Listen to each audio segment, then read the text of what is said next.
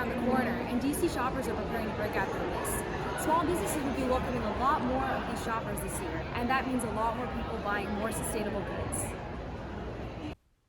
DC has become a popular shopping destination for tourists and residents alike, with retail representing over $1.5 billion in the city's GDP.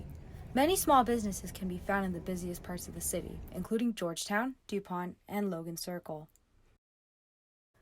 These stores are also known to be sustainable in making and selling their products, something that bigger retailers lack. One of the biggest ways small businesses adopt sustainability lenses or practices is most likely through their supply chain. And by that, I mean a lot of big businesses, they tend to have an excess of product or excess of whatever they're selling. And that can create a lot of waste, especially you give the example of Macy's. What do you think happens with all the clothes they don't sell? They usually just go to landfills. If not, some stores do have upcycling and things like that.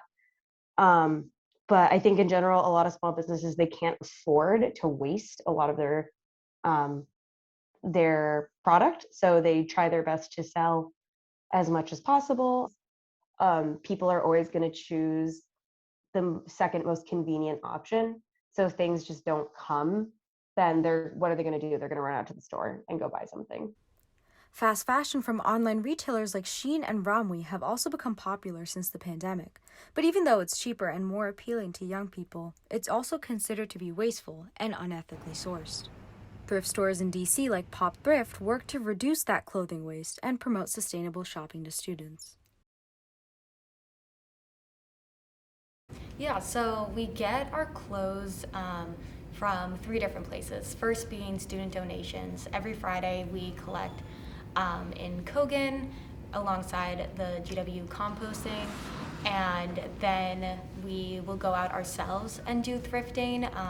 We'll go to the local thrift stores that are in Maryland and Virginia, and we'll go and sort through everything and find all the cutest stuff. There's also stores like Rothy's, which carries everyday wear, all made from sustainable materials.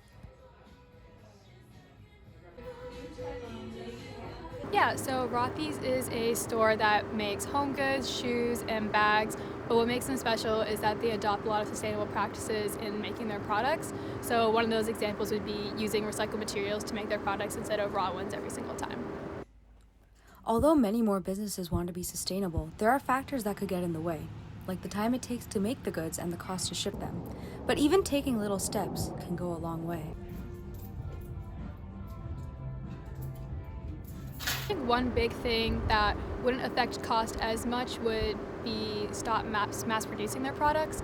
So producing based on need rather than producing a mass amount would allow for less product to go to waste, because they'd be producing based on what people actually need, and that would make a huge difference on both the production side and the consumer side. I would say also, when we talk about the business model, like same way Rothy's follows a more circular business economy because they are using recycled materials.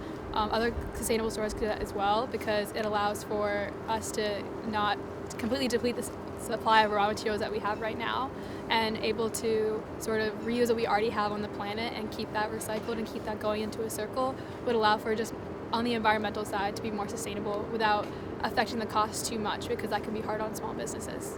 So it's definitely been something that over the last semester I've really come to understand and value, especially from a sustainability aspect, because a lot of these big companies will not have sustainable practices, whether that's actually like their environmental impact or then their social impact as well, with how they treat employees or the producers of their clothing. And so shopping small, you usually are going to be hitting 2 of those, whether it might be like a small sustainable business or it might be a business that is steering away from kind of more of the corporate like monsters of malpractices.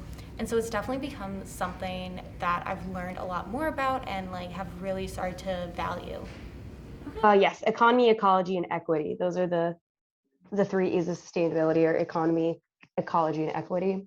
So I think another major thing is a lot of small businesses think about the equity portion, because they are supported by their local communities and they focus on giving back to a lot of their local communities. Atre, School of Media and Public Affairs.